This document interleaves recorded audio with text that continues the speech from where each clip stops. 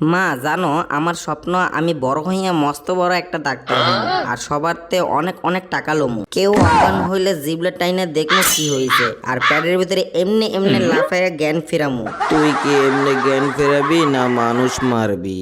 আরে কি কর তারাও কই যাও। শোন রাজু, তুই কিন্তু আমার অ্যাসিস্ট্যান্ট থাকবি আর আমি যা কমু তা শুনবি। টাকা যত লাগে আমারে কবি, আমি দেবো। তুই একটু চুপ করবি?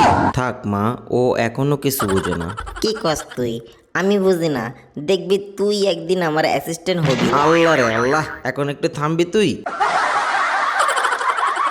না থামুম না আমি, আমার কথা ভালো করে শুনো। চুপ থাক, নইলে মায়ের খাবি কিন্তু।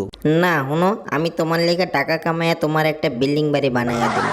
ওই বিল্ডিং বাড়িতে তুমি ঘুমাইবা আর আব্বারও কমু তোমার লেগে একটা জামাই আনতে। হ্যাঁ, তো মাসের পর মাস বিদেশ থাকে, ওই জামাই তোমার লগে ঘুমাইবো আর তোমার কাম কাজ কইরা দিব।